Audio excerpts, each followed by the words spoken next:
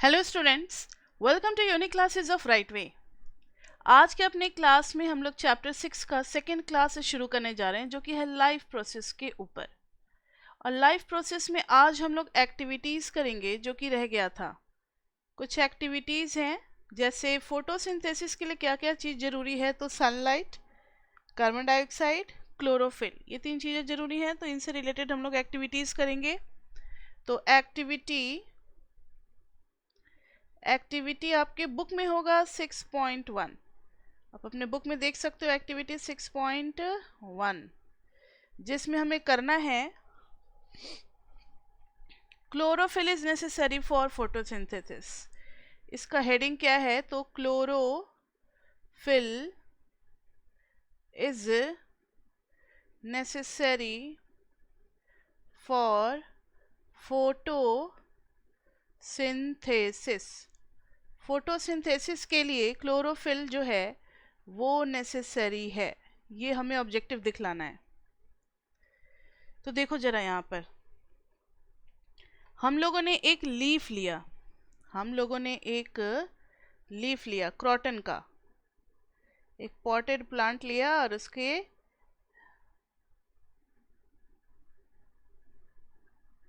Leaf बनाया।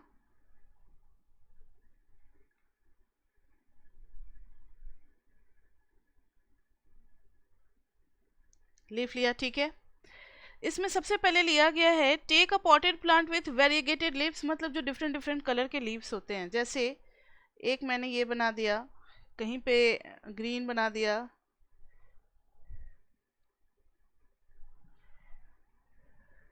कहीं कहीं पे ग्रीन बना दिया, यानी ये ग्रीन। क्रॉटन के बहुत सारे सुंदर सुंदर कलरफुल आते हैं ना प्लांट्स, वैसे कोई प्लांट का लीफ ले लिया और बाकी जगह पे क्या बना दिया बताओ, येलो।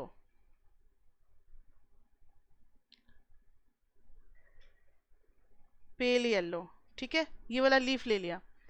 अब इसमें है फिर take a potted plant with variegated leaves, for example money plant और क्रॉटन्स।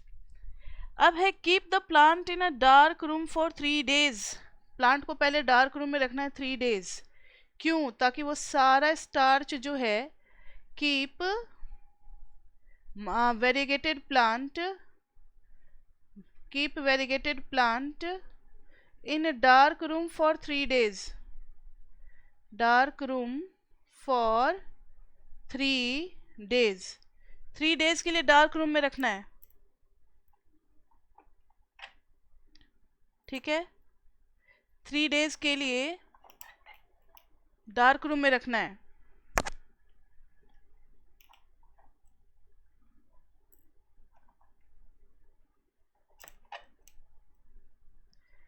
ताकि so that all starch is used up। सारा का सारा स्टार्च क्या करेगा बताओ, वो यूज्ड अप कर ले। डार्क में रख दिया 3 दिन के लिए। उसके बाद now keep the plant in sunlight for 6 hours. फिर सनलाइट में 6 आवर्स के लिए रख दिया। सनलाइट में 6 आवर्स के लिए रख दिया प्लांट को। अब वो कुछ ना कुछ तो फूड बनाएगा। Pluck a leaf from the plant. ये एक लीफ जो है, इसको प्लक किया गया है प्लांट से। इस लीफ को क्या किया गया बताओ, प्लक किया गया है। और इसका जहाँ जहाँ जो जो कलर था उस कलर को मैच एक जगह पेपर पे लिख लिया गया। Pluck a leaf from the plant, mark the green areas in it and trace them on a sheet of paper. एक पेपर पे हमने इसका बिल्कुल फोटोकॉपी जैसा एक डायग्राम बना लिया पेपर पे। Deep the leaf in boiling water for a few minutes. Boiling water में डाला लीफ को। हम लोगों ने कहाँ डाला बताओ, लीफ को डाला बॉइलिंग वाटर में। बॉइलिंग वाटर में डालने के बाद फिर इसको इमर्स कर दिया कंटेनिंग अल्कोहल। अल्कोहल में डाल दिया। अल्कोहल में carefully place the above beaker in a water bath and heat till the alcohol begins to boil. फिर अल्कोहल भी बॉयल करने लगेगा। अल्कोहल जब बॉयल करने लगेगा तो फिर हमें देखना है कि कलर ऑफ द लीफ को क्या हुआ, what is the colour of this solution. Now dip the leaf in a dilute solution of. फिर अब हमें लीफ को क्या करना है, डाइल्यूट सॉल्यूशन ऑफ आयोडीन में डालना है। डिप द और एक चीज और, ये कलरलेस हो जाएगा, decolourises, beaker containing alcohol and boil it in water. यहाँ पर होगा क्या, तो ये डीकलराइज कर जाएगा, डीकलराइजेस, कलर का बिल्कुल डीकलराइज हो जाएगा। उसके बाद से फिर हम लीफ को कहाँ डालेंगे, leaf is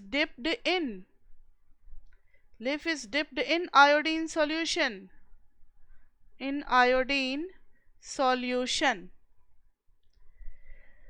for a few minutes. Now take out the leaf, फिर टेक आउट किया तो लीफ का वैसा ही स्ट्रक्चर मिला। Observe the change in colour of the leaf, observe the change in colour of the leaf. बिल्कुल same मुझे leaf बनाना है, ये बना दिया, सेम लीफ बना दिया। फिर कलर को एब्जॉर्ब करना है, तो जहां जहां ग्रीन था, the leaf has two types of patches, the bluish black areas contain starch and the yellow areas without starch। मतलब जहां जहां ग्रीन था, ये green green green green green green था ना, अब इस जगह पे क्या आएगा बताओ, ब्लू कलर आएगा। क्या आएगा, ब्लू कलर आएगा। मतलब ये वाला आयोडीन सॉल्यूशन में डालने के बाद देखो जरा, तो जहां जहां पर पहले ग्रीन पैचेस था, शीट ऑफ पेपर पे हमने मार्क कर लिया था ना कि यहाँ यहाँ है ग्रीन, वहाँ वहाँ क्या नजर आएगा बताओ, ब्लू कलर आएगा। और फिर बाकी जगह पे क्या नजर आएगा, pale yellow colour, pale yellow colour, बाकी जगह पे पेल येलो कलर नजर आया, लाइट येलो कलर।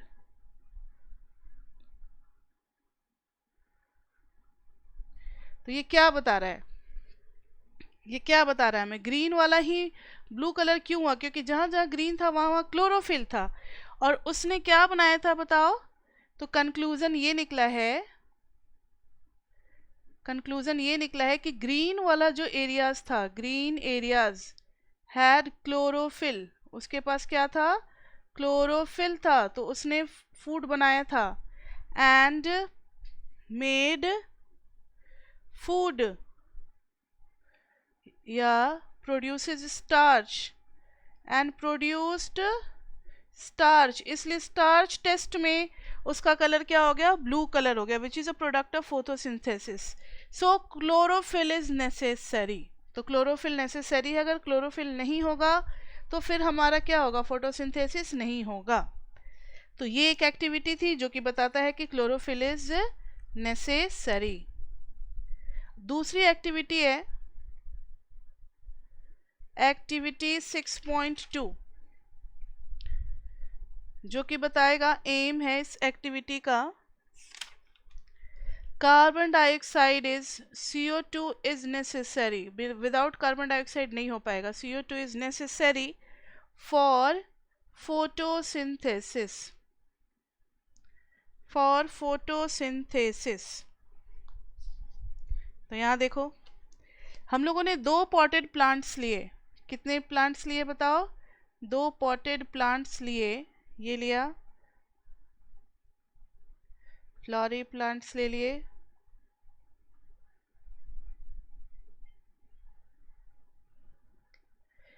बिल्कुल सेम टाइप का 2 पॉटेड प्लांट्स लिए, सेम स्ट्रक्चर में, मतलब किसी का कम किसी का ज़्यादा हो ऐसा कोई ज़रूरी नहीं है। 2 पॉटेड प्लांट ले लिया। अब एक के पास हम लोगों ने क्या रखा बताओ, वॉच ग्लास में KOH रखा, पोटेशियम हाइड्रोक्साइड, KOH। एक जगह हमने क्या रखा बताओ, KOH रखा, पोटेशियम हाइड्रोक्साइड, वॉच ग्लास में रखा है पोटेशियम हाइड्रोक्साइड, और इसके ऊपर लगा दिया बेल जार, इसके भी ऊपर लगा दिया बेल जार। लेकिन दोनों में डिफरेंस क्या है, यहाँ पे वेस्लीन का कोटिंग भी कर दिया, यहाँ पे भी वेस्लीन का कोटिंग कर दिया, ठीक है। दोनों में बस फर्क ये है कि दोनों में हमने फ्लावरिंग प्लांट लिया है,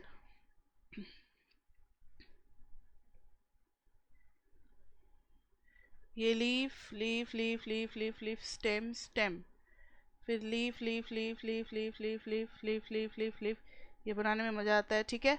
अब बना देंगे क्या बताओ, flower, flower flower flower flower, और फिर पॉट को कर दिया किस कलर का, कोई भी कलर कर दो, ये कर दिया पॉट को कलर। देखो इसमें जो अब साथ साथ सुनते भी रहो, जो पोटेशियम हाइड्रोक्साइड है ना, इसकी एक प्रॉपर्टी होती है कि CO2 को एब्जॉर्ब कर लेता है। आप जब केमिस्ट्री पढ़ोगे या केमिस्ट्री में पढ़ा होगा तो आपने रिएक्शन पढ़ा होगा कि पोटेशियम हाइड्रोक्साइड जो है वो CO2 के साथ क्या कर जाता है, रिएक्ट कर जाता है, रिएक्ट कर जाता है CO2 के साथ। तो अब यहाँ पर हमें ये देखना है कि ये तो पूरा क्या कर लेगा, तो KOH एब्जॉर्ब्स CO2, जितना भी है इन्वायरमेंट इसमें से क्या कर लिया, CO2 एब्जॉर्ब कर लिया। सो नो CO2, यहाँ पर yes CO2 is there,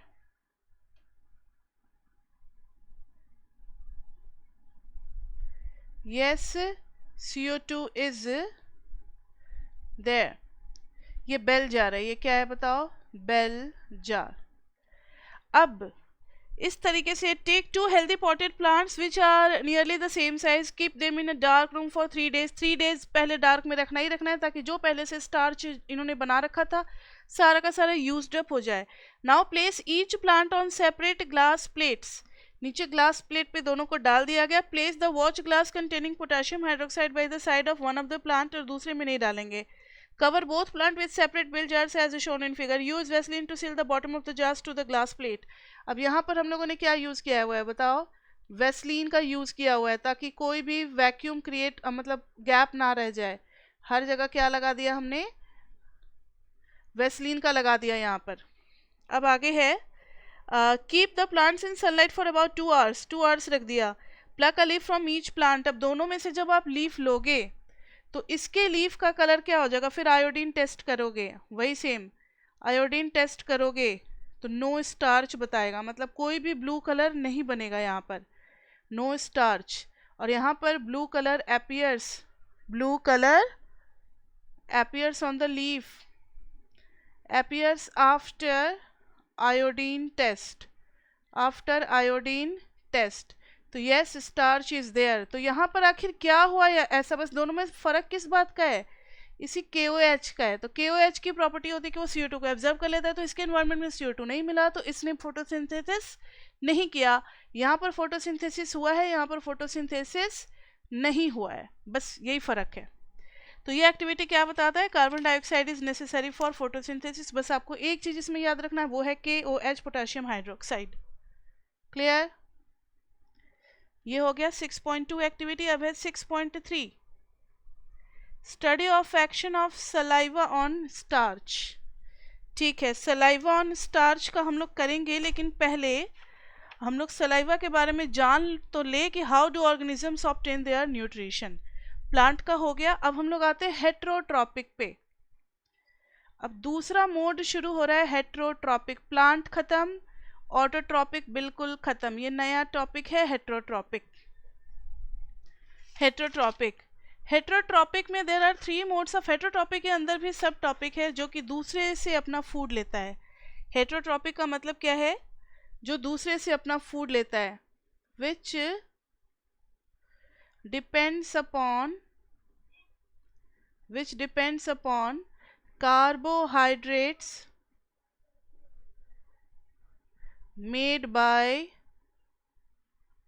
plants, which depends upon carbohydrates made by plants. The food is taken in and used by organisms. These organisms break down the food material outside the body and then absorb. इनका काम बस क्या होता है, तो बस ये food लेते हैं और उसको ब्रेक करते हैं। which depends upon carbohydrates made by the plants and they only break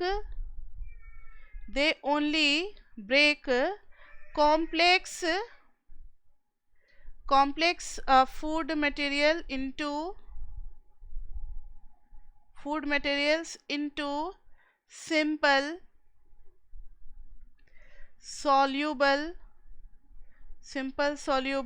chemicals। Simple soluble chemicals में ये उसको ब्रेक कर देते हैं। अब इसमें हेट्रोट्रॉपिक में भी ना 3 डिफरेंट टाइप्स होते हैं। हेट्रोट्रॉपिक में भी कौन कौन से टाइप्स होते हैं, तो पहला है सैप्रोट्रॉपिक न्यूट्रिशन, सैप्रोट्रॉपिक, ये आपने 9th में पढ़ रखा है, सैप्रोफाइट्स के बारे में पढ़ रखा है, न्यूट्रिशन सैप्रोटाइप्स के बारे में पढ़ रखा है ना, जो डेड एंड डीके मैटर पे डिपेंड होते हैं अपने फूड के लिए। तो nutrition in which an organism obtains it food, ये उस टाइप का न्यूट्रिशन है जिसमें obtain its food from dead and decay matter, food from decaying matter of dead plants. ये जितने भी प्लांट डेड्स होते हैं या एनिमल्स मरते हैं, इनके साथ क्या होता है, तो इनके फ्लैश होते हैं, इनके बोन्स होते हैं, ये धीरे धीरे सड़ते हैं और इनको खाते हैं बैक्टीरिया। तो उन बैक्टीरिया को हम लोग कहते हैं सैप्रोटाइपिक न्यूट्रिशन फॉलो करते हैं। तो plants, dead animals, dead plants, dead animals, dead animals and रॉटन bread, and रॉटन bread, bread के ऊपर भी आप देखोगे तो यही होता है, रॉटन ब्रेड एटसेट्रा, ये सब क्या होते हैं बताओ, सैप्रोटाइप्स। नेक्स्ट है सैप्रोफाइट्स। तो एनिमल्स को क्या कहते हैं हम लोग, सैप्रोफाइट्स, ये सब आपने पढ़ा होगा एनिमल किंगडम में। नेक्स्ट है अब हमारा सैप्रोफाइट्स के बाद से है दूसरा, तो ब्रेड मोल्ड्स, मशरूम्स, ये सब इसमें आते हैं, ब्रेड मोल्ड्स, मशरूम्स एटसेट्रा, बहुत सारे फंगस और बैक्टीरिया इसमें आते हैं। सेकंड में है सैप्रोटाइपिक के बाद से पैरासाइटिक। पैरासाइटिक में मतलब ये ना खुद बनाते हैं ना खुद कार्बोहाइड्रेट से कुक करके बनाते हैं, ये बस होस्ट पे जाते हैं, उनके खून चूस लेते हैं, उसमें जो जो न्यूट्रिशन होता है वो सब वहीं से वो सक कर लेते हैं, तो पैरासाइटिक। तो पैरासाइटिक में है nutrition in which an organism derives its food, derives its food, ये अपना फूड डिराइव करता है from the body of another living beings, from other living body, जिसको हम लोग होस्ट कहते हैं, from other living body called host, उसको क्या कहते हैं बताओ, होस्ट। पैरासाइट तो ठीक है, which feeds on another living beings called host. बहुत सारे फंगस और बैक्टीरिया इसमें आते हैं, फंगस, बैक्टीरिया वगैरह सब पैरासाइट्स ही होते हैं जो दूसरे लिविंग बींग पे डिपेंड करते हैं। Few plants like cuscuta and some animals like plasmodium and roundworms. Plasmodium तो आपको पता ही है, प्लाज्मोडियम और राउंडवॉर्म, राउंडवॉर्म और टेपवॉर्म तो हमारे पेट के अंदर भी पाए जाते हैं ना, तो राउंडवॉर्म्स ये हो गए पैरासाइटिक। थर्ड है holozoic nutrition, third is holozoic nutrition, जिसमें कॉम्प्लेक्स सब्सटेंस लिया जाता है और उसको बस ब्रेक किया जाता है, चर्न किया जाता है छोटे छोटे पार्टिकल्स में।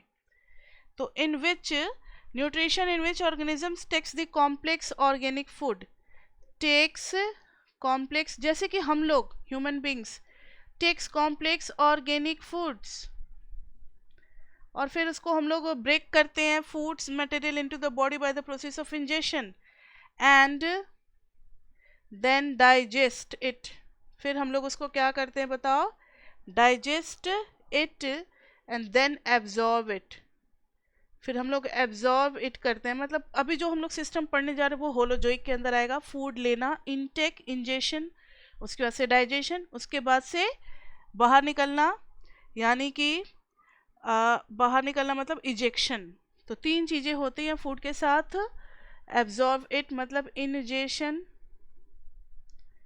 फिर होता है एक बीच में एसिमिलेशन भी आता है, फिर इंजेशन के बाद से होता है डाइजेशन, फिर होता है एसिमिलेशन, फिर होता है एक्सक्रीशन यानी कि इजेशन, तो एक्सक्रीशन। ये जो भी प्रोसेस फॉलो करता है वो कहलाता है होलोजोइक न्यूट्रिशन, और कॉम्प्लेक्स चीज़ों को ब्रेक करना, डाइजेस्ट करना। तो अब हम लोग करने जा रहे हैं nutrition in animals. Nutrition in animals human beings के अंदर करने जा रहे हैं, जो कि काफ़ी इंपॉर्टेंट है। तो न्यूट्रिशन इन एनिमल्स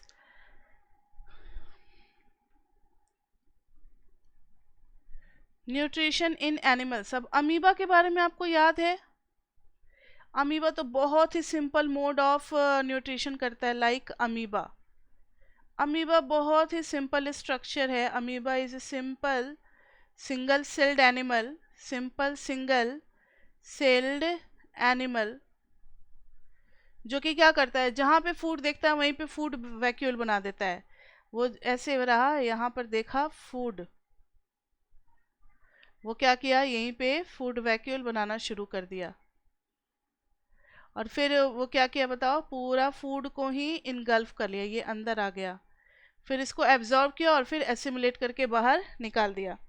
तो इनके लिए ज़्यादा दिक्कत नहीं होती। लेकिन आपको याद रखना है पारामेशियम, पारामेशियम भी सिंगल सेल्ड होता है, लेकिन paramecium has cilia and a special place for engulfing the food, a special place for engulfing the food, for engulfing the food. तो सीलिया हेल्प्स, सीलिया मतलब स्मॉल हेयर्स जो होते हैं, सीलिया मतलब क्या हो गया, हेयर्स। हेयर्स क्या करते हैं, moves the food to that place, moves the food to the special place जहाँ पर से वो फूड ले सकता है, and then engulf it, and then engulf it। तो ये तो हो गया सिंगल सेल्ड एनिमल्स के बारे में, अमीबा और पारामेशियम के बारे में। तो कुछ ऐसे देखे गए हैं, अमीबा में बहुत ही सिंपल होता है, simple animals, and can take food anywhere, कहीं से भी ले सकता है, कैन टेक फूड एनीवेयर, उसके बॉडी में वो कहीं भी फूड वैक्यूल बना करके आसानी से फूड को अपने अंदर ले सकता है। लेकिन पारामेशियम में क्या है कि सीलिया होते हैं, सीलिया मूव करता है। पारामेशियम अपने स्लीपर लाइक स्ट्रक्चर देखा होगा, बच्चों के लिए काफ़ी इंटरेस्टिंग होता है पारामेशियम, जब उसका डायग्राम पढ़ते हैं तो लाइक दिस वे। तो पारामेशियम थोड़ा सा और आप इसको अच्छा बना सकते हो, sleeper like structure like this way. अब इसमें जैसे इसका हो गया यहाँ पर न्यूक्लियस और बहुत सारी चीज़ें होती है, इसमें ना सीलिया होते हैं, हर जगह क्या होते हैं बताओ, सीलिया, पूरे बॉडी पे ऊपर ऊपर ऊपर ऊपर हर जगह सीलिया होते हैं। अब मान लो इसका फूड लेने का अगर जगह यही है, तो फूड यहाँ पे है, तो ये सीलिया इसको मूव करेगा मूव करेगा मूव करेगा मूव करेगा, फिर यहाँ पर आएगा, तब ये इसको फूड को इनगल्फ कर लेगा। तो ये था अमीबा और पारामेशियम के बारे में। अब हम लोग ह्यूमन बींग्स के बारे में पढ़ेंगे। तो न्यूट्रिशन इन ह्यूमन बींग्स। अब ये टॉपिक जो है ये काफ़ी इम्पॉर्टेंट है, ये फिर आपको दोबारा कहीं पढ़ने को नहीं मिलेगा। जो बच्चे बायो लेंगे सिर्फ वही पढ़ेंगे, वैसे हर बच्चे ज़रूरी नहीं कि अपने लाइफ में आगे बायो के साथ ही कंटिन्यू करें। और यहाँ पे पढ़ लोगे तो आप काफ़ी सारी चीज़ें फ्यूचर में समझने लायक हो जाओगे, डिफरेंट डिजीज़ के बारे में, बीपी में क्या होता है, डायबिटीज़ में क्या होता है, इसमें क्या होता है, अगर यहाँ कैंसर हो गया तो क्या हो गया, इसका ऑपरेशन है उसका ऑपरेशन, आप सारे टर्म्स जो है ना वो समझ पाओगे। आज हम लोग भी जो समझ पाते, कोई बोलता है गॉल ब्लैडर का ऑपरेशन हुआ है, क्या ऑपरेशन हुआ है, तो एक पाइप लगा दिया आर्टिफिशियल, स्मॉल इंटेस्टाइन तक जोड़ दिया, तो अब सारी बातें अब हम लोग समझ लेते हैं क्योंकि हम लोगों को नॉलेज है। तो ये जो चीज़ है ये आपको फिर से लाइफ में दोबारा पढ़ने का नहीं मौका मिलेगा, और ये आपके अपने बॉडी से रिलेटेड है, तो you must know it and you must remember it for the whole life. ठीक है, तो चलो अब हम लोग पढ़ते हैं न्यूट्रिशन इन ह्यूमन बींग्स। तो सबसे पहले न्यूट्रिशन इन ह्यूमन बींग्स में हम लोग पढ़ेंगे कि फूड के साथ आखिर होता क्या है। तो फूड को हम लोग क्या करते हैं बताओ, माउथ के थ्रू लेते हैं, माउथ के थ्रू फूड लेते हैं, बहुत अच्छी बात है, फिर उसको क्रश करते हैं, फिर सारा कुछ सिस्टम होता है। पहले एक हम डायग्राम बनाएंगे, डायग्राम बनाएंगे, उसके बाद से फिर सारा प्रोसेस समझाएंगे। तो डायग्राम देखना, जैसे ये एक इंसान है, ये इसका नोज बना, फिर ये इसका माउथ ही तो ढंग से नहीं बनता है, रुक जा, इसका नोज बन गया, फिर ये इसके लिप्स हो गए, चलो बन गया, जो बन गया बन गया, बहुत बढ़िया बना है, ज़्यादा बढ़िया नहीं मुझे बनाना है, ये हो गया। अब देखो जरा यहाँ पर ये नोज हो गया, सेप्टम्स हो गया, और इसके नीचे यहाँ पर क्या होते हैं बताओ, बकल कैविटी में सैलिवरी ग्लैंड्स। तो ये हो गया माउथ, ये क्या हो गया बताओ, माउथ, और ये क्या हो गया, सैलिवरी ग्लैंड्स, सैलिवरी ग्लैंड्स। ठीक है, अब ये यहाँ से निकलेगा एक फूड पाइप।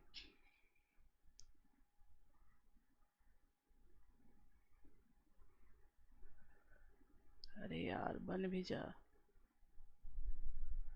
ठीक है बेटर है, फूड पाइप निकला, फूड पाइप निकला, ये ओएसोफेगस होता है। फिर इस फूड पाइप का कनेक्शन कहाँ से होगा बताओ, स्टोमक से, स्टोमक से कनेक्शन होगा, यानी सारे फूड आएंगे स्टोमक में, और ये जे लाइक स्ट्रक्चर होता है, जे लाइक स्ट्रक्चर, जे ऐसे लिखते हैं ना, तो ऐसा ही दिखता है ये, इसलिए इसको जे लाइक स्ट्रक्चर बोलते हैं। ये हो गया स्टोमक, स्टोमक में फूड आया। अब देखो जरा, स्टोमक में फूड आया तो यहाँ आपको मिलेगा क्या क्या, HCl, पेप्सिन और म्यूकस, म्यूकस, पेप्सिन के साथ साथ रेनिन भी मिलता है। इतनी सारी चीज़ें, इसको कहाँ मिला, ये इसका मूवमेंट का तरीका है, फूड आ रहा है आ रहा है आ रहा है। अभी और भी डिटेल में पढ़ना है हमें। उसके बाद से इधर में होगा लीवर, इधर में क्या होगा बताओ, लीवर, ये लीवर है, लीवर में ही लगा होता है गॉल ब्लैडर, मतलब लीवर का काम है बाइल जूस बनाना, और इसको स्टोर कौन करता है, गॉल ब्लैडर। तो दिस इज लीवर। लीवर के बाद ये क्या हो गया, एक बार अभी हम डायग्राम बता रहे हैं, फिर से दोबारा इसी डायग्राम पे आएंगे, जब ह्यूमन का कर लेंगे, एलिमेंट्री कनाल पूरा कर लेंगे, तो फिर से इसी डायग्राम पे दोबारा आएंगे, फिर समझेंगे इस बात को ज़्यादा। तो this is called gall bladder,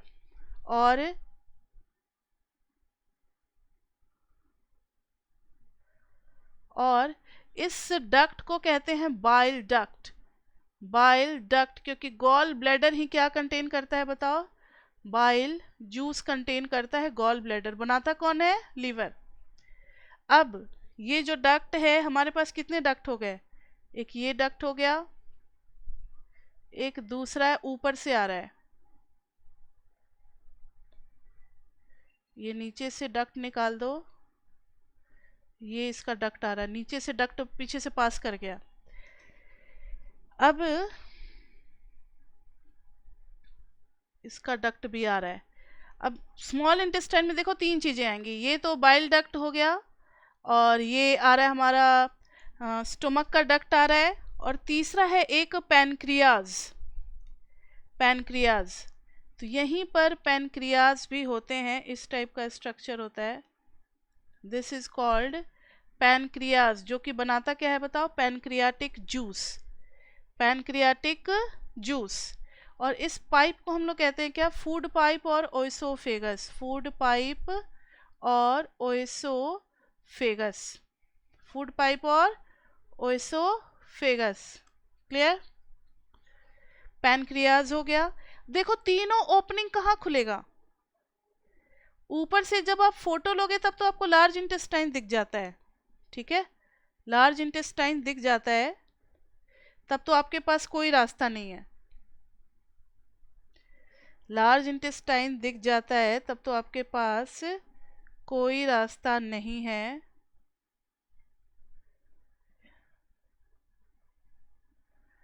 ये जो है ये है लार्ज इंटेस्टाइन, लेकिन अगर इसी के अंदर आप देखोगे तो कॉइल्ड, कॉइल्ड जो है पर्पल कलर से बना रहे हैं, ये सारे पर्पल कलर से जो है ये स्मॉल इंटेस्टाइन है, कॉइल्ड लाइक स्ट्रक्चर होते हैं सभी, फोल्डेड और कॉइल्ड लाइक स्ट्रक्चर, ठीक है, एक के ऊपर एक के ऊपर एक के ऊपर कॉइल्ड लाइक स्ट्रक्चर होते हैं to increase the surface area.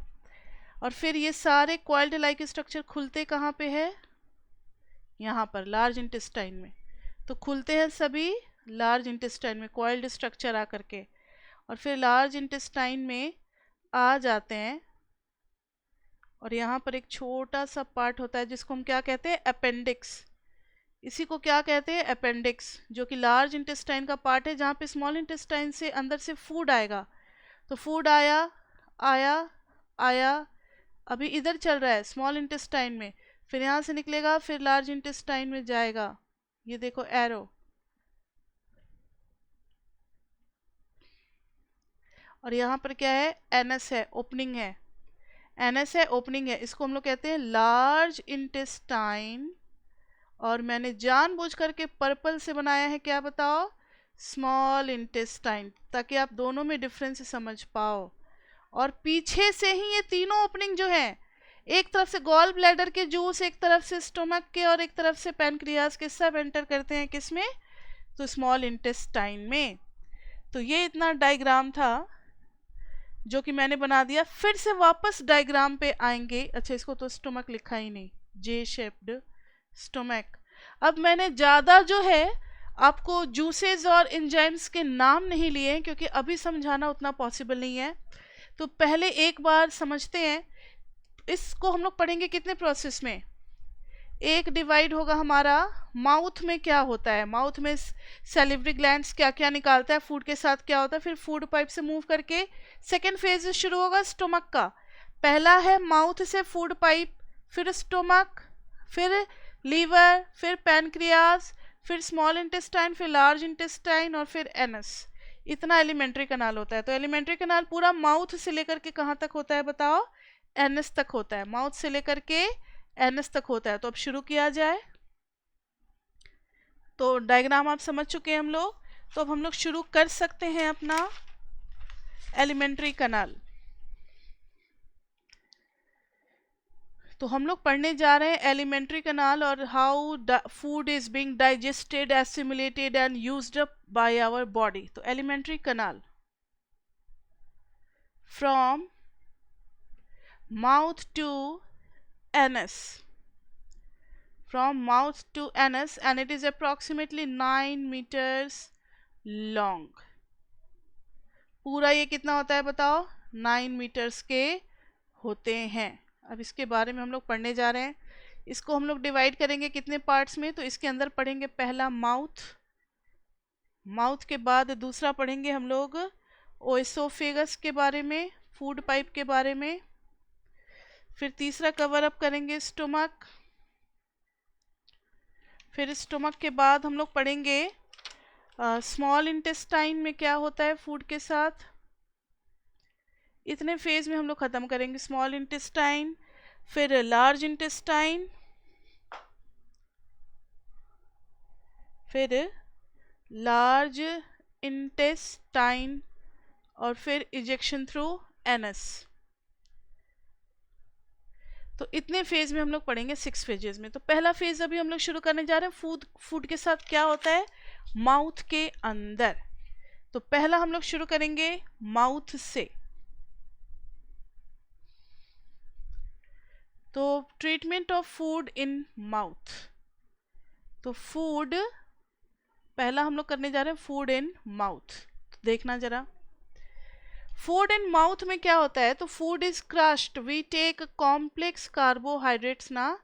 तो कॉम्प्लेक्स कार्बोहाइड्रेट्स को क्रश किया जाता है, काफ़ी बड़े बड़े टुकड़े होते हैं ना, रोटी के, चपाती के, राजमा, और भी बहुत सारी चीज़ें, चाउमीन, बर्गर, राइस, दाल, सब्जी, सैलड वगैरह, सब बड़े बड़े टुकड़े होते हैं। तो कॉम्प्लेक्स कार्बोहाइड्रेट को ब्रेक किया जाता है, is crushed with our teeths, और ये teeth crushed with our teeth. अब कितने टीथ है ये सब बताने की जरूरत नहीं, 32 टीथ्स हैं, जिसमें इंसीजर, कनाइन, प्रीमोलर्स, मोलर से सारे आ जाते हैं। Crushed in our teeth. अब सिंस लाइनिंग जो होते हैं अंदर के, आप अगर कभी अंदर में देखो, कुछ अगर ऐसी चीज़ें खा लेते हो तो वो छिल जाता है, आप कहते हो कि मेरे मुंह में छाले पड़ गए हैं। तो सिंस लाइनिंग जो है वो काफ़ी सॉफ्ट है, since lining of the canal is soft, food canal का जो लाइनिंग है वो क्या है, कैनाल इज सॉफ्ट। तो फूड के साथ क्या होता है, food is also wetted to make. तो फूड को सॉफ्ट बनाना होता है, food is made soft, food is made soft to make its passage smooth. Food को सॉफ्ट बनाना हमारा काम है, to make its passage smooth. जैसे फूड खाते ही मुंह में पानी आने लगता है या उसके पहले से ही, तो वो तैयारी हो जाती है। सैलिवरी ग्लैंड जो है ना वो सलाइवा निकालने लगता है, और सलाइवा निकलने लगता है तो वो लिक्विड होता है, फ्लूइड होता है, तो हमें लगता है मुंह में पानी आ रहा है, लेकिन वो एक्चुअली में हो क्या रहा था, इंजाइम्स निकलने की तैयारी होती है। वो इंजाइम्स निकलता है, वो फूड को मिक्स करके करके करके क्या बनाता है, सॉफ्ट सा बना देता है, पेस्ट बना देता है। ये पेस्ट वाला काम हमारे बकल कैविटी में, माउथ में ही हो जाता है। टिथ और सलाइवा मिलकर के उसको फाइन पेस्ट बना देता है। फिर वाटर, अब सलाइवा के बारे में लिखेंगे। वाटर और फ्लूइड कॉल्ड सलाइवा, सलाइवा कहो या फिर सलाइवा कहो, बात एक ही है। सिक्रेटेड बाय, ये कहाँ से सिक्रीट होता है, secreted by salivary glands, salivary glands breaks complex breaks complex molecules into smaller molecules। और ये किस तरीके से होता है तो वो भी आप ध्यान दे सकते हो, किस तरीके से होता है, तो डायग्राम से ज़्यादा समझ में आता है। जैसे इधर है फूड, स्टार्च, फूड किस फॉर्म में होता है, स्टार्च, क्योंकि हम सारे फूड अपने डिराइव करते हैं प्लांट से। We are mainly dependent upon plant, और प्लांट में हम लोगों ने पढ़ा है कि प्लांट जो है अनयूटिलाइज्ड फूड को किस फॉर्म में स्टोर करता है, स्टार्च फॉर्म में। तो अगर हम कोई भी प्लांट डिराइव्ड प्रोडक्ट खा रहे हैं, जैसे फ्रूट, वेजिटेबल्स, सीरियल्स, ये कुछ भी खा रहे हैं, तो सारे स्टार्च फॉर्म में होंगे। तो स्टार्च पे टाइलिन वर्क करता है। Ptyalin is a enzyme secreted by salivary glands. Tyline, salivary amylase, salivary amylase, इसके प्रेजेंस में ये बन जाता है माल्टोज। इसके प्रेजेंस में ये बन जाता है क्या, बताओ, माल्टोज। तो ये जनरली होते क्या है, तो ये पॉलीसैकराइड स्टार्च होते हैं। मतलब बहुत सारे मॉलिक्यूल एक दूसरे से लगे होते हैं, तो कॉम्प्लिकेटेड हाइड्रोकार्बन है, मतलब कार्बोहाइड्रेट है, उसको बना दिया ये सिर्फ दो मॉलिक्यूल वाले में। डाई सैक, ये सी है, डाई सैकराइड माल्टोज, मतलब सिंपल शुगर में उसको कन्वर्ट कर दिया, सिंपल शुगर। ठीक है, सिंपल कार्बोहाइड्रेट में उसको बना दिया। नेक्स्ट है, सिंपल शुगर मत लिखो, simple molecules of carbohydrate, simple carbohydrate में उसको कन्वर्ट कर दिया। अब है आगे, then food is mixed with saliva,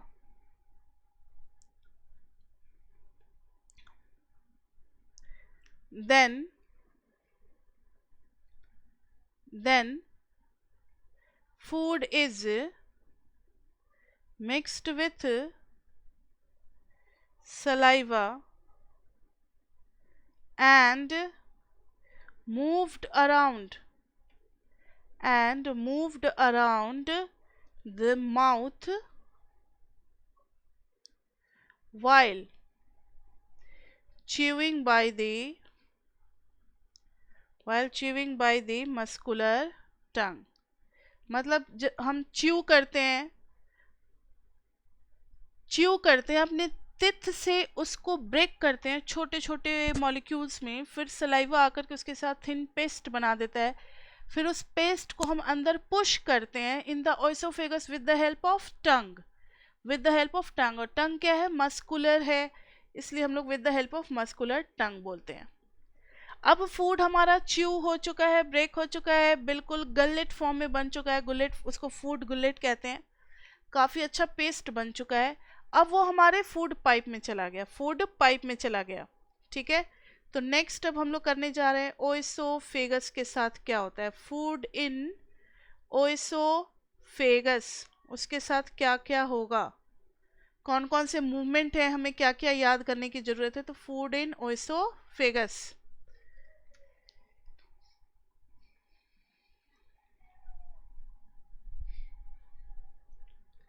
food in oesophagus, तो देखना जरा, food Passage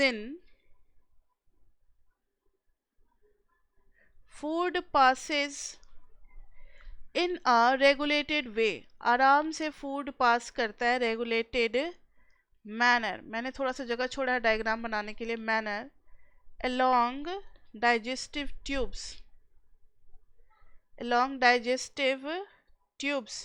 so can be processed properly,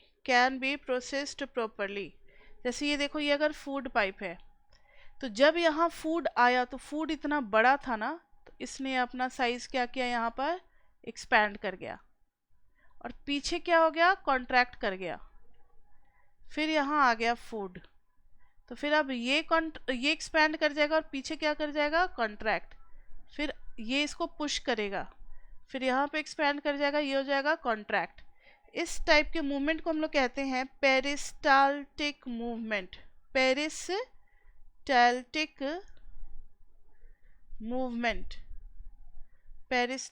movement, clear. contraction and relaxation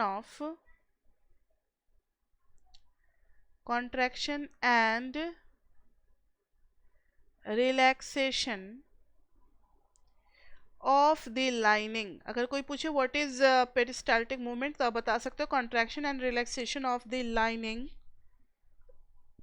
of canal, alimentary canal, helps in peristaltic movement में ये हेल्प करता है ऑफ फूड, और food को फिर पास कर देता है कहाँ, बताओ, अलोंग द गट। ये जितना भी ट्यूब है, पूरे ट्यूब में इसका फ्री और स्मूथ मूवमेंट होता है, कहीं नहीं रुकता। अगर ट्यूब से बड़ा भी अगर आपने निवाला अगर दबा लिया है गले के अंदर, तो वो भी आराम से चला जाएगा, फैलता जाएगा, फिर कॉन्ट्रैक्ट करता जाएगा, फिर फैलेगा, फिर रिलैक्स करेगा, फिर फैलेगा, फिर रिलैक्स करेगा, ऐसे करके वो फूड को नीचे लेता आएगा along the gut। अब ऐसे करते करते फूड कहाँ तक पहुँचेगा, ओइसोफेगस के बाद फूड का नेक्स्ट डेस्टिनेशन क्या है, स्टोमक है, तो लिखेंगे फूड इन स्टोमक। तो स्टोमक और small intestine, these two are very important, इन दोनों के बारे में आपको याद रखना है, फूड इन स्टोमक। तो सबसे पहले food enters into the stomach, food enters into the stomach which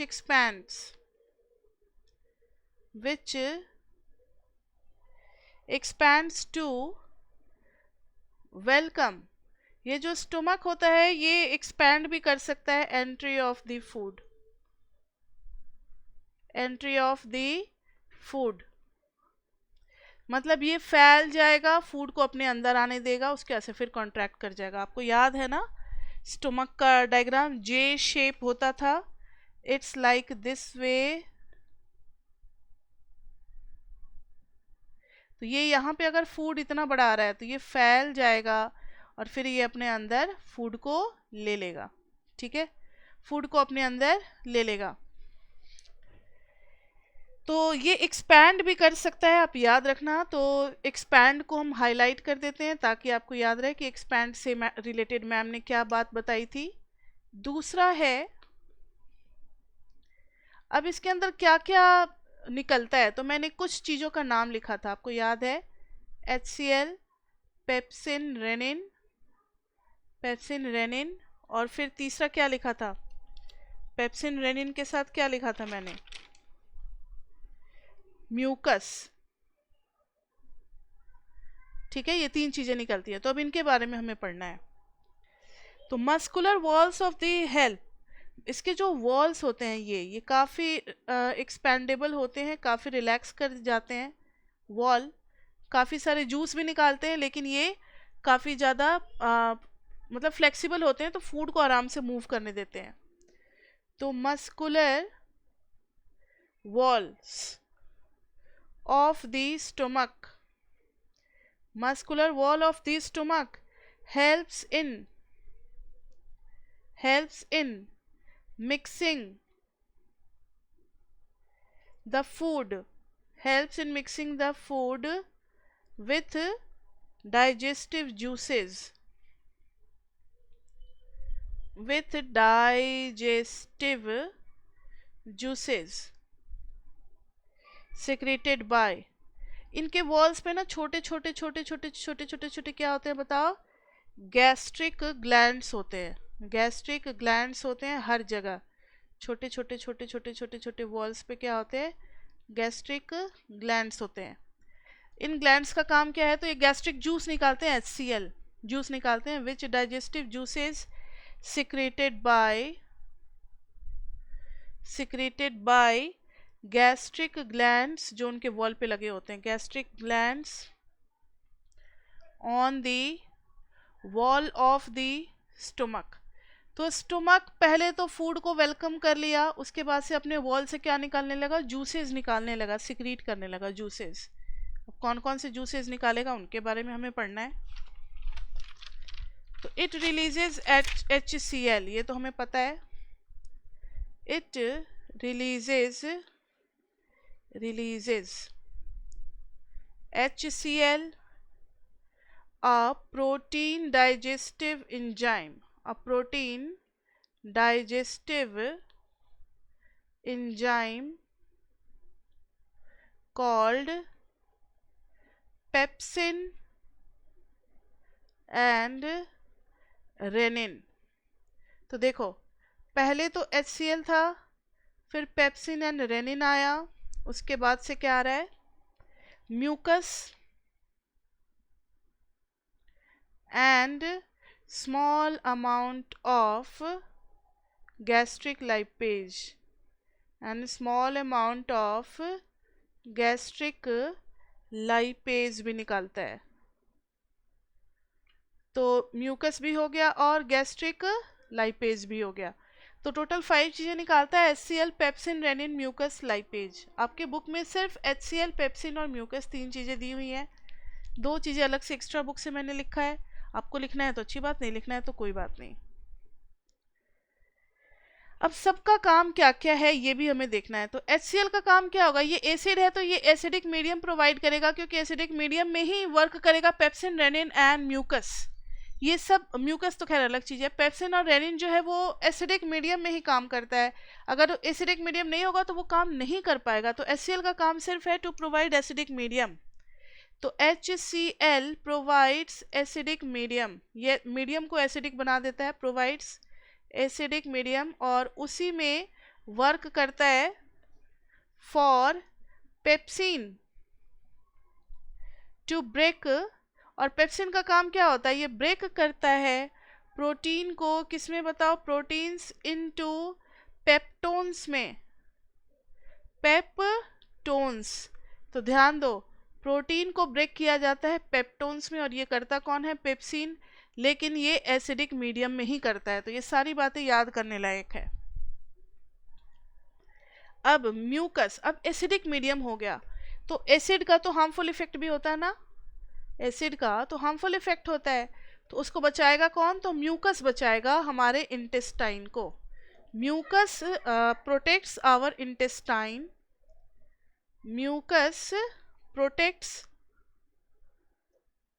protects inner lining of the intestine, protects inner lining of the intestine from harmful acidic effect, from harmful acidic effect of HCl, acid,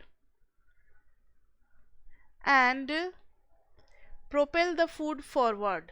propel the food मतलब अब ये food को push करता है, food forward. अब ये कहता है कि अब स्टमक में आपका काम हो गया, अब आप आगे जाओ, मतलब स्टमक में सबसे पहले जो भी प्रोटीन था उसको ब्रेक कर दिया गया पेप्टोन्स में, अब आप जाओ।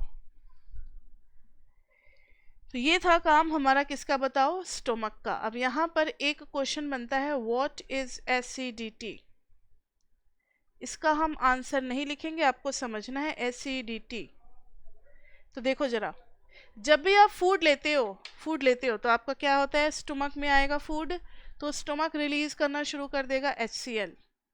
अब जब कभी आप खाना नहीं लेते हो टाइम पे खाना नहीं लोगे, भूखे रह जाओगे, तो आपको एसिडिटी महसूस होगा, पेट गुड़गुड़ करेगा या अजीब अजीब सा लगेगा। तो वो क्यों होता है, HCl की वजह से, क्योंकि खाना तो मिला नहीं HCl को वर्क करने के लिए, तो सारा का सारा HCl लग गया किस पे, फाइट करने में म्यूकस के साथ, और इंटेस्टाइन के इनर लाइनिंग को क्या किया उसने, कोरोड करना शुरू किया। तो वहाँ फाइट होता है, फिर फूड तो मिला नहीं तो HCl एक्ट करेगा हमारे इंटेस्टाइन पे, तो वो फिर हमें फीलिंग आती है, वही हमारा क्या हो जाता है, एसिडिटी। तो एसिडिक मीडियम ज़्यादा बढ़ जाता है, वहाँ पे तो कुछ है नहीं फूड जो उसको रेगुलेट करेगा, तो ये कहलाता है हमारा एसिडिटी।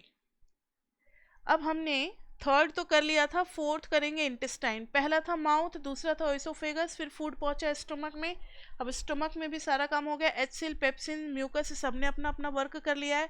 अब फूड पहुंचेगा कहाँ बताओ, फोर्थ है food in small intestine. Food in small intestine, food in small intestine. एक बार जरा आप, अच्छा ठीक है, एक बार जरा आपको डायग्राम दिखला दें। ये देखो, अब समझ में आ चुका होगा, ओइसोफेगस से फूड आया और फूड अब पहुंचा पर्पल वाले में। फूड कहाँ पहुंचा बताओ, पर्पल वाले में पहुंचा, इसमें फूड पहुंचा कॉइल्ड स्ट्रक्चर में, ठीक है। तो इसमें जो फूड पहुंचा, तो फूड के पहुंचने के साथ साथ किसने किसने क्या क्या सिक्रीट किया, इधर से क्या आ रहा है, बाइल जूस भी आ रहा है। इधर से क्या आ रहा है बताओ, बाइल जूस आ रहा है,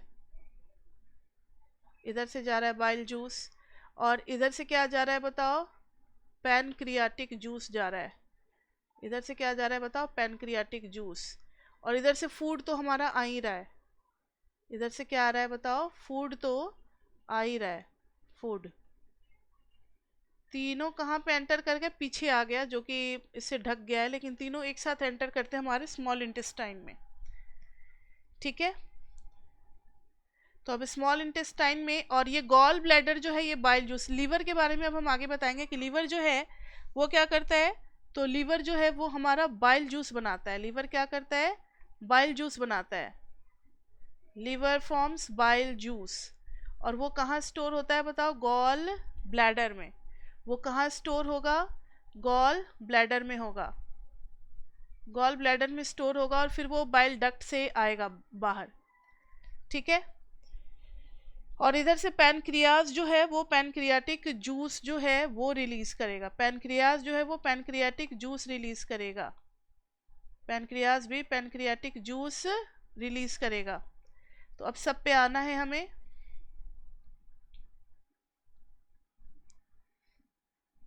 तो स्मॉल इंटेस्टाइन में अब तीन चीजें होंगी। स्मॉल इंटेस्टाइन में क्या क्या होगा, तो सबसे पहले है कि किस हिसाब से आएगा, एक फूड का ओवरफ्लो ना हो जाए स्मॉल इंटेस्टाइन में, इसलिए एक रेगुलेटरी मसल होता है जिसको हम कहते हैं muscular sphincter muscle, sphincter muscle. तो स्पिंस्टर मसल का काम क्या है, to regulate the movement of food into small intestine. तो regulates the entry of, regulates the entry of food in small intestine from stomach। Stomach से आते वक्त उसको रेगुलेट करता है, एक छोटा सा मस्कुलर होता है स्पिंस्टर मसल, जो कि रेगुलेट करता है अभी जाओ फिर वेट करो, फिर जाओ फिर वेट करो, लाइक डिप। तो in small intestine to regulate the entry of food in small intestine from, कहाँ से आता है, स्टोमक से। तो ये होता है स्पिंस्टर मसल, उसको रेगुलेट करता है। फिर अब फूड आ चुका है स्मॉल इंटेस्टाइन में। अब स्मॉल इंटेस्टाइन का लेंथ वगैरह क्या है, तो small intestine is coiled structure, small intestine coiled like structure होता है, इज कॉइल्ड स्ट्रक्चर या कॉइल्ड डक्ट्स विथ लेंथ कितना, with length in human beings हम लोग पढ़ रहे हैं, तो with length in greater in herbivore, यहाँ पर एक और बात बता दिया कि हर्बीवोर में जो है वो ज़्यादा बड़ा लेंथ का होता है स्मॉल इंटेस्टाइन, अगर उस कॉइल को खोलोगे तो ज़्यादा बड़ा होगा then in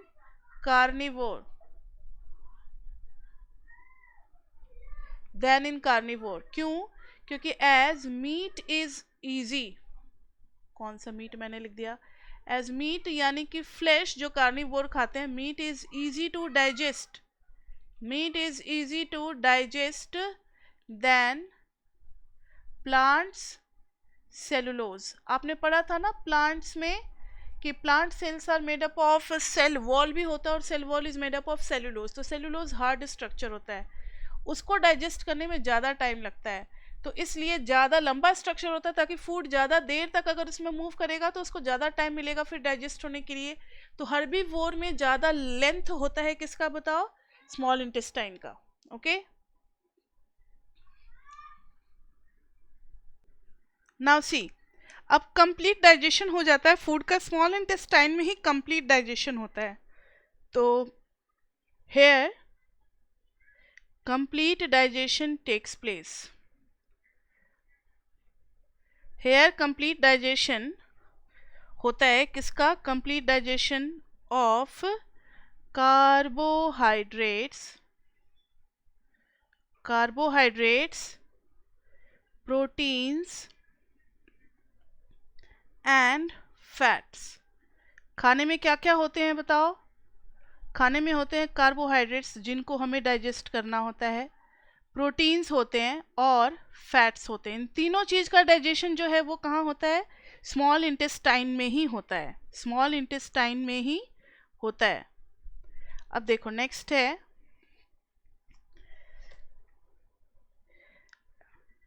small intestine receives, अब दो जगह का जो जूस था ना लीवर से और पैनक्रिया से, उसके बारे में हमें मेंशन करना है। तो स्मॉल इंटेस्टाइन दो तरीके का जूस, लीवर जो है वो बाइल जूस निकालता है और पैनक्रियाज जो है उसका नाम उसी से मिलता जुलता है, पैनक्रियाटिक जूस। तो इजी है लर्न करने में। स्मॉल इंटेस्टाइन रिसीव्स, दो टाइप के जूस रिसीव्स करते हैं, रिसीव्स जूसेस जो कि डाइजेस्टिव इंजाइम्स होते हैं फ्रॉम लीवर, लीवर में क्या उसको नाम दिया गया है, बाइल, लीवर में क्या नाम दिया गया है, bile, and pancreatic juice from pancreas, and pancreatic juice from pancreas, pancreas से आता है पैनक्रियाटिक जूस। अब इन सारे जूस का क्या काम है वो भी तो हमें पढ़ना है ना। तो बाइल जूस, तो बाइल्स मेक्स एल्कलाइन मीडियम। अब देखो HCl स्टोमक में चाहिए था हमें एसिडिक मीडियम, तो वहाँ हेल्प किया HCl ने। अब स्मॉल इंटेस्टाइन में चाहिए हमें अल्कलाइन मीडियम, तो बाइल्स मेक्स अल्कलाइन मीडियम, क्योंकि फूड में पहले से थोड़ा बहुत एसिड मिला हुआ था तो उसको अल्कलाइन मीडियम जाकर न्यूट्रलाइज करेगा, नहीं तो ये इंजाइम्स बाकी के इंजाइम्स काम ही नहीं कर पाएंगे। तो Biles makes alkaline medium, acid और एल्कली दोनों मिलकर के क्या कर देता है, एक दूसरे को न्यूट्रलाइज करता है। तो जो फूड पहले एसिडिक मीडियम से होता हुआ आया है उसको न्यूट्रलाइज करेगा bile, alkaline medium, so that तभी पैनक्रियाटिक जूस काम करेगा, क्योंकि पैनक्रियाटिक जूस जो है वो एसिडिक फूड पे काम नहीं करता है। Pancreatic juice can act. उसके बाद से बाइल का तो एक ये फंक्शन हो गया, और बाइल का दूसरा फंक्शन है बाइल सॉल्ट्स जो होते हैं उनका काम होता है फैट को ब्रेक करना। जो बड़े बड़े फैट के मॉलिक्यूल्स होते हैं ना उनको ब्रेक करके छोटे फैट के मॉलिक्यूल्स बनाते हैं। तो bile salts break large fat globules, globules मतलब फैट के जो बड़े बड़े मॉलिक्यूल्स होते हैं, into small, so that enzymes can, अब जब छोटे हो गए तो उन पे इंजाइम्स को एक्ट करना ज़्यादा अच्छा हो गया, ज़्यादा सरफेस एरिया मिल गया ना, तो enzymes can act over it like soap action. आपने अगर केमिस्ट्री में पढ़ा हुआ है तो आपको सोप एक्शन पता होगा। सोप से क्या होता है, वैसे भी आप देख लो तो अगर ये एक इतना बड़ा सा फैट का मॉलिक्यूल है, इस पे मैंने सोप का लेदर डाल दिया, क्या आ गया, सोप का लेदर, झाग, ये इसको क्या करेगा, ब्रेक करेगा, ब्रेक करेगा, और फिर आपको दिखेंगे छोटे छोटे छोटे छोटे मॉलिक्यूल्स तैरते हुए।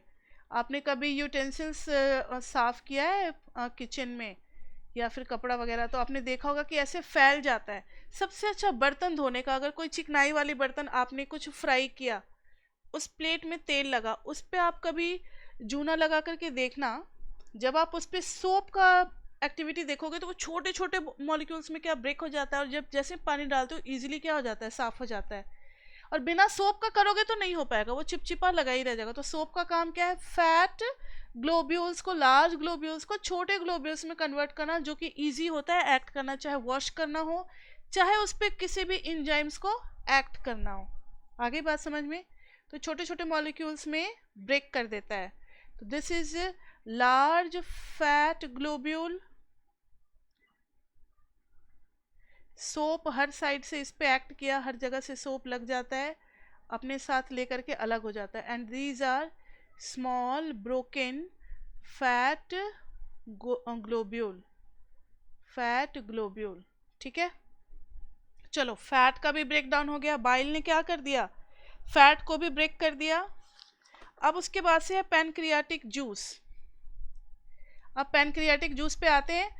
लीवर ने निकाला था बाइल जूस, बाइल जूस ने दो काम किया। पहला काम क्या किया, तो बाइल जूस ने एसिडिक मीडियम जो था फूड का, उसको क्या कर दिया, न्यूट्रलाइज कर दिया बाय एल्कलाइन मीडियम, और दूसरा फैट को ब्रेक कर दिया।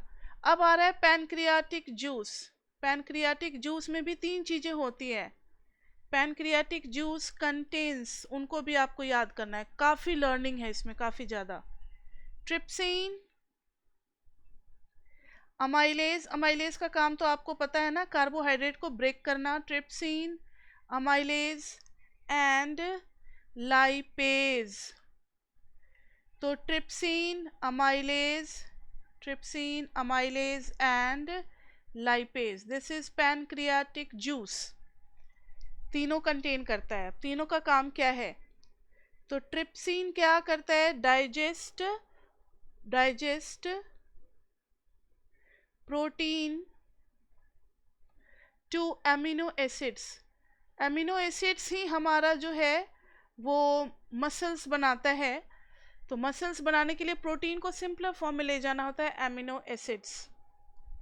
फिर लाइपेज, ट्रिप्सिन का हो गया। लाइपेज क्या करता है, तो डाइजेस्ट फैट्स को डाइजेस्ट करता है इनटू फैटी एसिड्स और ग्लिसरॉल। इधर जाते जाते काफ़ी बड़ा होने लगता है, कोई बात नहीं, ग्लिसरॉल। और फिर है तीसरा है अमाइलेज। अमाइलेज का तो हमें पता ही है, अमाइलेज। तो ट्रिप्सिन, लाइपेज, अमाइलेज का फंक्शन है। So this is very important, ये वाला नोट बहुत इंपॉर्टेंट है। अमाइलेज का काम क्या है, तो ब्रेक्स कार्बोहाइड्रेट्स इनटू ग्लूकोज। ये हमें सलाइवा के साथ भी याद था, ब्रेक्स कार्बोहाइड्रेट्स, वहाँ भी ये चीज़ें बताई थी मैंने, अमाइलेज ही था, कार्बोहाइड्रेट्स इनटू ग्लूकोज। ठीक है, तो ये तीनों फंक्शन हो गए। फिर हमारा डाइजेशन कंप्लीट हो जाता है। फिर हमारा then digestion is completed with intestinal juice. Then intestinal juice निकलता है कहाँ से, फ्रॉम, जैसे स्टोमक में छोटे छोटे छोटे छोटे ग्लैंड्स मैंने बनाए थे डॉटेड ब्लू वाले ना, वैसे ही स्मॉल इंटेस्टाइन के अंदर भी छोटे छोटे ग्लैंड्स होते हैं। फ्रॉम, ये क्या है, इंटेस्टाइनल ग्लैंड्स कहाँ होते हैं, इन द वॉल्स। वॉल्स के अंदर में छोटे छोटे इंटेस्टाइनल ग्लैंड्स होते हैं, वहाँ से इंटेस्टाइनल जूस निकलता है, which finally digest the food, which finally digest the food, finally digest हो जाता है। फिर उसके बाद से एब्जॉर्प्शन होता है। अब क्या हो रहा है, एब्जॉर्प्शन। स्मॉल इंटेस्टाइन में भी एब्जॉर्प्शन होता है, इसलिए एब्जॉर्प्शन का काम वहाँ से शुरू होता है। और जो स्मॉल इंटेस्टाइन एब्जॉर्ब नहीं कर पाता फिर तब कहाँ एब्जॉर्ब होता है, लार्ज इंटेस्टाइन में। तो स्मॉल इंटेस्टाइन भी एब्जॉर्ब करता है। तो वॉल्स ऑफ इंटेस्टाइन, उसमें छोटे छोटे विलाई बने होते हैं, फोल्डेड स्ट्रक्चर्स, जो कि एब्जॉर्ब करते हैं। फिंगर लाइक स्ट्रक्चर्स होते हैं, जैसे ये फिंगर नहीं है वैसे ही। तो walls of intestine and inner lining has numerous finger like projection, जिसको कि हम लोग विलाई कहते हैं या फिर विली, जो कहो, finger like projections called villi होते हैं। फोल्डेड से क्या होता है ना कि सरफेस एरिया उनका बढ़ जाता है। फोल्डेड से क्या होता है, सरफेस एरिया बढ़ जाता है। Folded so increases surface area for absorption, so increases surface area for absorption मतलब ये अगर इंटेस्टाइन है तो यहाँ पे ऐसे ऐसे विली लाइक स्ट्रक्चर्स होते हैं। साथ ही साथ इधर से इधर जो है वो जूस पास कर रहा है, लेकिन ये सब क्या करते जा रहे हैं, एब्जॉर्ब करते जा रहे हैं। और इनमें अच्छा ब्लड का सप्लाई होता है, इनमें अच्छा ब्लड का कैपिलरीज होता है। तो ये सब एब्जॉर्ब करके ब्लड में मिक्स कर जाते हैं, और ब्लड में मिक्स करके फिर कहाँ, पूरे बॉडी में ट्रांसफ़र होते हैं। ब्लड में मिक्स करके फिर कहाँ ट्रांसफ़र होते हैं, पूरे बॉडी में। तो these are villi with good amount of blood supply, with good amount of blood supply, with good amount of blood supply to take absorbed food to other parts of the body, to take absorbed food to other parts of body।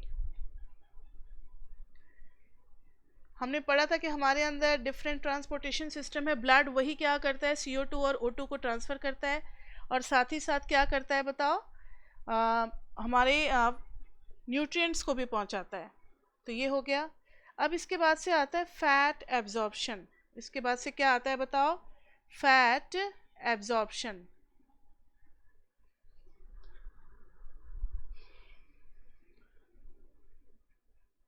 तो fat absorption के अंदर में हमें पढ़ना है fatty acids. Fat को break करके किस में कन्वर्ट कर दिया गया है, फैटी एसिड्स एंड ग्लिसरॉल में। एंड ग्लिसरॉल्स आर इनसॉल्यूबल, ये इनसॉल्यूबल होते हैं, ये जल्दी से मिक्स नहीं करते। इनसॉल्यूबल इन ब्लड, ब्लड में तो 70% वाटर ही है ना, वाटर में इनसॉल्यूबल है, तो ब्लड में भी क्या हो गए, इनसॉल्यूबल हो गए। सो passed into the lymph nodes, so passed into the lymph nodes, lymph capillaries of the villi called lacteals।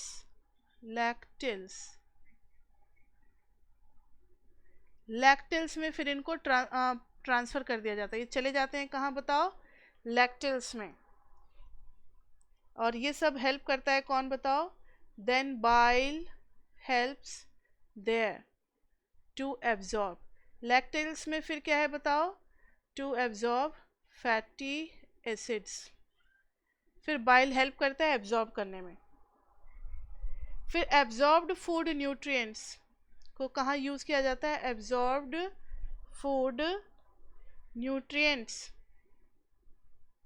Absorbed food nutrients are used by body, are used to provide energy। Nutrients का क्या काम है, energy provide करना। Building new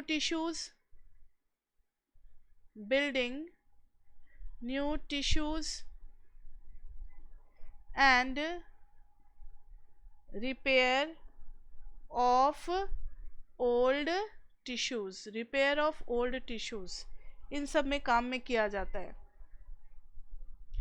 तो ये हमारा कहलाता है एसिमिलेशन। ये क्या कहलाता है? एसिमिलेशन मतलब एब्जॉर्प्शन एंड, मतलब यहाँ से यहाँ तक एसिमिलेशन है। एब्जॉर्प्शन एंड एसिमिलेशन आप यहाँ पे लिख सकते हो। एसिमिलेशन, एब्जॉर्ब करके अपने बॉडी के लिए यूज करना, ये कहलाता है assimilation.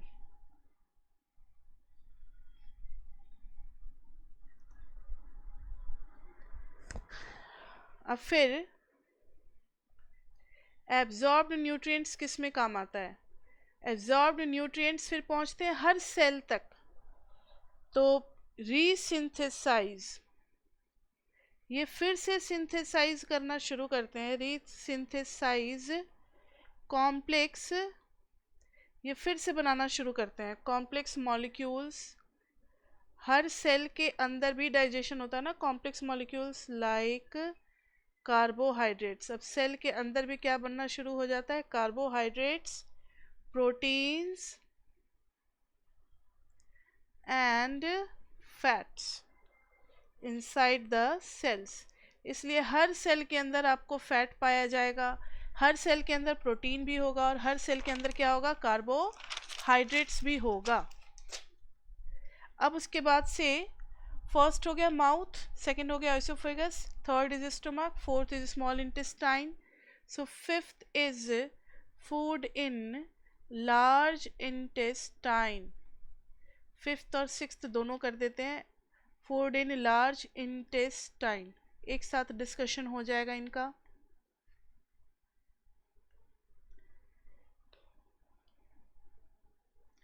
Food in large intestine, जो फूड एब्जॉर्ब हो गया वो एब्जॉर्ब हो गया स्मॉल इंटेस्टाइन में, जो नहीं हो पाया वो फिर कहाँ एब्जॉर्ब होगा? लार्ज इंटेस्टाइन में।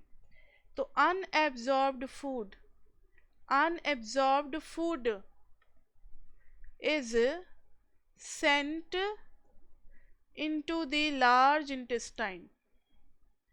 और इसमें जो पानी होता है ना फूड में लिक्विड के साथ, वो लिक्विड एब्जॉर्ब कर लेता है large intestine into the large intestine, where large intestine में और भी ज़्यादा है, मोर विलाई है, more villi to absorb water. वहाँ पे पहले से ही ज़्यादा विलाई है जो कि वाटर को क्या कर लेते हैं? एब्जॉर्ब कर लेते हैं फ्रॉम दिस मटेरियल। जो भी मटेरियल आया है स्मॉल इंटेस्टाइन से, कहाँ पे?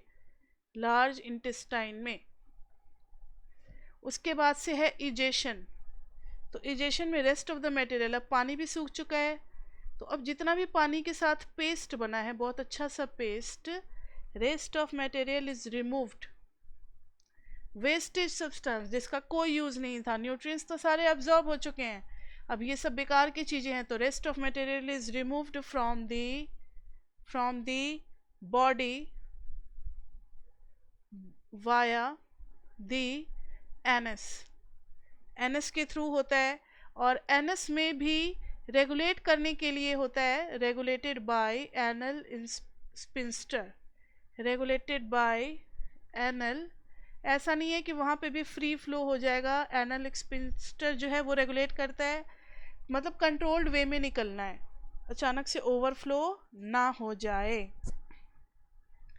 तो ये था हमारा पूरा nutrition in human beings, nutrition in human beings. अब एक बार फिर से हम लोग डिस्कस कर ले, क्योंकि नेक्स्ट क्लास में फिर हम लोग रेस्पिरेशन शुरू करेंगे, रेस्पिरेशन शुरू करेंगे। तो चलो एक बार फिर से, मैंने कहा था कि पढ़ाने के बाद एक बार फिर हम जाएंगे कहाँ पे? एक बार फिर हम जाएंगे डायग्राम पे जाएंगे। अब आ जाओ डायग्राम पे, एक बार फटाफट रिव्यू कर लिया जाए।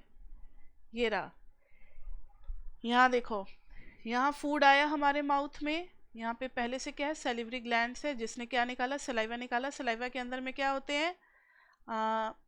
अमाइलेज होते हैं, जो कि फूड को ब्रेक कर दिया, कार्बोहाइड्रेट्स को माल्टोज में। अब सिंपल कार्बोहाइड्रेट्स और सिंपल शुगर में बना दिया, अब वो फूड यहाँ पे आना शुरू कर रहे हैं, वो फूड यहाँ पर आना शुरू कर रहे हैं। अब यहाँ पे पेरिस्टाल्टिक मूवमेंट होता है, जो कि आपको याद रखना है, पेरिस्टाल्टिक मूवमेंट। ये मैंने ऐसे गोला गोला बना दिया। आया तो यहाँ पे पहले से ही स्टमक में क्या वेट कर रहा है बताओ? स्टोमक में क्या वेट कर रहा है, HCl, पेप्सिन एंड म्यूकस और rennin. This is J like structure. HCl ने एसिडिक मीडियम बनाया, पेप्सिन ने क्या किया, प्रोटीन को ब्रेक करके पेप्टोन में कन्वर्ट कर दिया, म्यूकस ने प्रोटेक्ट किया किसको, स्टोमक को, ताकि HCl का हार्मफुल इफेक्ट ना हो पाए। रेनिन का भी काम वही होता है, प्रोटीन को ब्रेक करना। फिर यहाँ से फूड आया कहाँ, स्मॉल इंटेस्टाइन में, इसमें स्मॉल इंटेस्टाइन में, यहाँ से फूड आया स्मॉल इंटेस्टाइन में। अब फूड के साथ साथ गॉल ब्लैडर से बाइल जूस भी आया ग्रीन कलर का, और पैनक्रियाज से पैनक्रियाटिक जूस भी आया। बाइल जूस का काम क्या होता है, दो काम होता है, एक तो जो एसिडिक मीडियम से फूड होता हुआ है उसको बेसिक मीडियम में कन्वर्ट कर दे, और दूसरा फैट मॉलिक्यूल्स को फैटी एसिड्स और ग्लिसरॉल में ब्रेक कर दे छोटे छोटे मॉलिक्यूल्स में। पैनक्रियाज में पैनक्रियाटिक जूस होते हैं, पैनक्रियाटिक जूस में तीन चीज़ें होती हैं, पैनक्रियाटिक जूस में होता है trypsin, amylase and lipase. Trypsin, amylase and lipase. तो ट्रिप्सिन, अमाइलेज और लाइपेज मिलकर के क्या करते हैं, तीनों का अलग अलग फंक्शन है। ट्रिप्सिन जो है वो प्रोटीन को एमिनो एसिड में कन्वर्ट कर देता है। अमाइलेज तो हमें पहले से ही याद है, सैलिवरी ग्लैंड्स में भी निकला था, कार्बोहाइड्रेट्स को शुगर में बदल देता है, ग्लूकोज में। और लाइपेज का काम क्या है, fat, carbohydrates, fats and protein है, तीन चीज़ों का कर देता है, फैट को ब्रेक कर देता है लाइपेज। फिर डाइजेशन होता है, इस पूरे पर्पल वाले से डाइजेशन होता हुआ आता है, इस पर्पल वाले से क्या होता है बताओ, डाइजेशन होता हुआ आता है, ये पूरा इन सब से डाइजेशन होता हुआ फिर यहाँ से एंट्री करता है कहाँ, लार्ज इंटेस्टाइन में। This blue colour is for large intestine. Large intestine में एंटर करते करते करते करते फूड, हाँ तो सारा डाइजेशन तो किस में हो चुका है, पर्पल वाले में हो चुका है। इस ब्लू वाले में हो क्या रहा है, तो वाटर का एब्जॉर्प्शन हो रहा है, वाटर एब्जॉर्ब कर लिया, और फिर वो बाद में पढ़ेंगे कि वो किडनी में ट्रांसफ़र कर देता है, वाटर एब्जॉर्ब कर देता है। अब जो अनवांटेड सब्सटेंस है वो कहाँ निकल जाता है बताओ, एनएस से बाहर निकल जाता है। So this was whole alimentary canal and how the digestion takes place and how do we get our nutrition। काफ़ी इंटरेस्टिंग था और काफ़ी इंपॉर्टेंट था समझना हमारे लिए ये चीज़। तो चलो ये हम लोगों ने कर लिया, नेक्स्ट क्लास में मिलते हैं फिर हम लोग रेस्पिरेशन के साथ। So we have completed today nutrition and see you in next class with respiration.